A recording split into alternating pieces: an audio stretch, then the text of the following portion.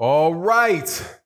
Claressa Shields' brother charged with felonious assault for busting a 71-year-old man in the face, sucker punching him. Let's talk about that in this video.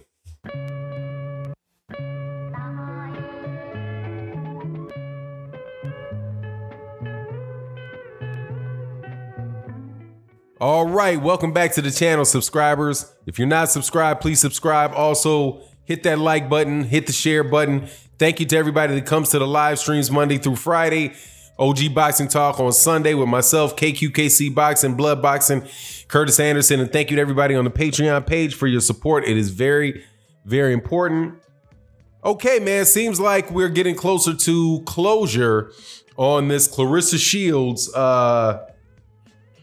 Ali Bashir drama fest that took place in Flint, Michigan a few weeks ago, where Claressa Shields was about to fight her opponent, and they were at a weigh-in, pre-weigh-in, whatever it was.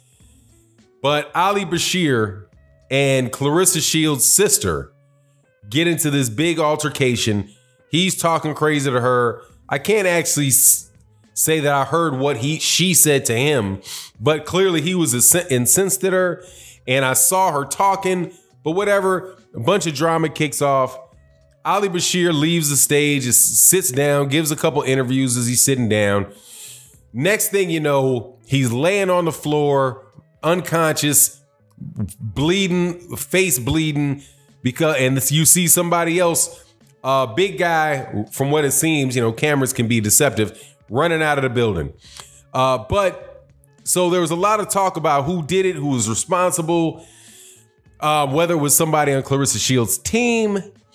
Now it is apparent that at least the law enforcement believes that it was somebody in Claressa Shields' family, and that is Claressa Shields' brother. Now, he had been held for questioning before and then released. Claressa Shields, at the time, the first Instagram post that she put out about the incident said that she didn't know anybody on her team that would have been responsible for that. All her team were women. Do you define your brother as your team? If your brother comes with you, is he your team? I don't know. I'll give Claressa Shields the benefit of the doubt on that statement. She might not have known that it was her brother that bust her in the mouth at the time, bust him in the sucker punched that old man at the time that it happened. But now the charges are out, and look, man, as far as I'm concerned, you can throw the book at that dude. You can throw the book at him.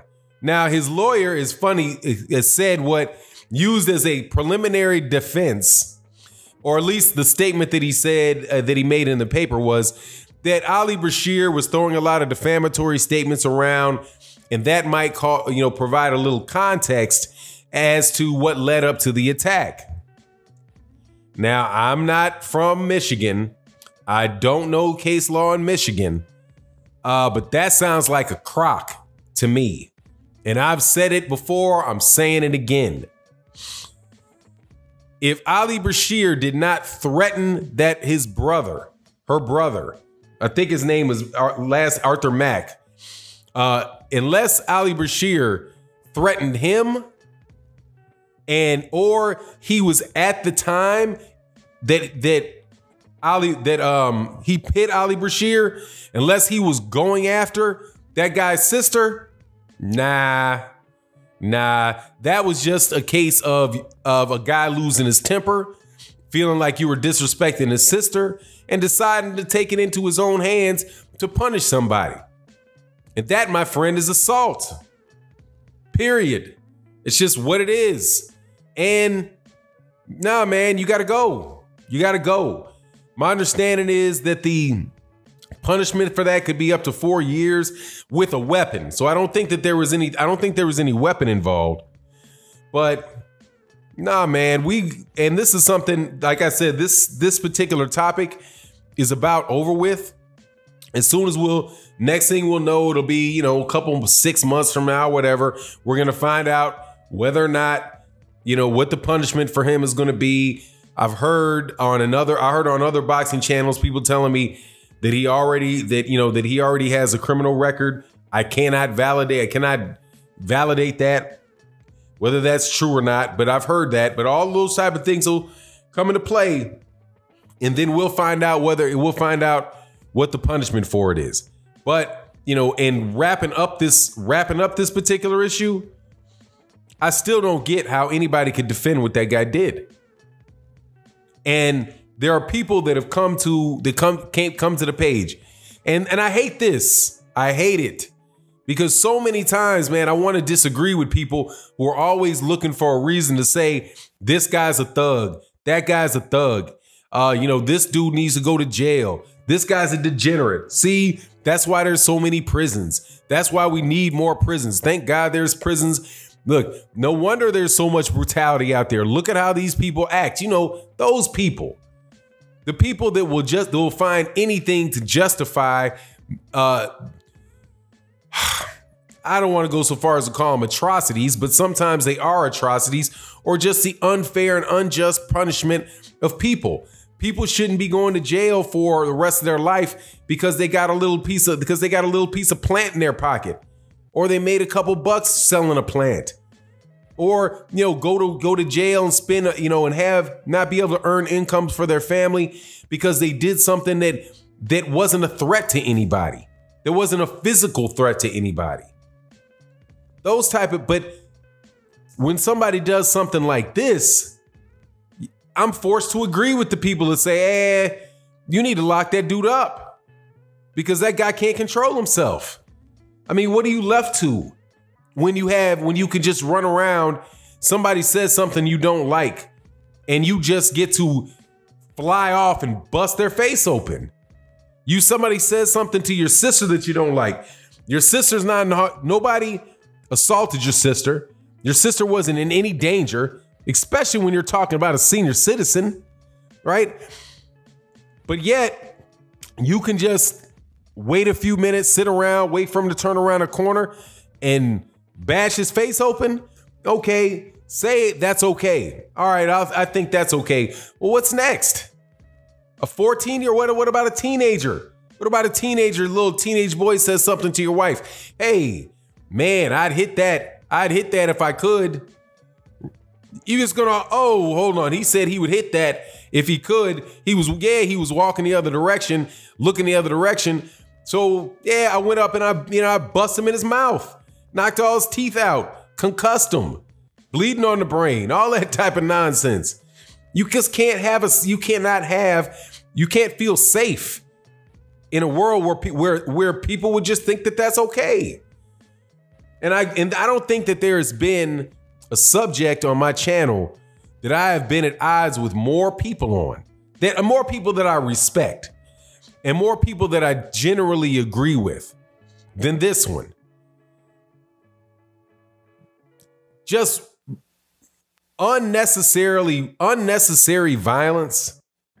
Unnecessary violence is something where somebody that would do that is a danger to everybody around them, because it's just whether or not they feel it's necessary at that point in time. And if anybody can do it and it doesn't go punished, then more and more people will feel a necessity for themselves to do it. And then it's just very tough to live in close proximity to people.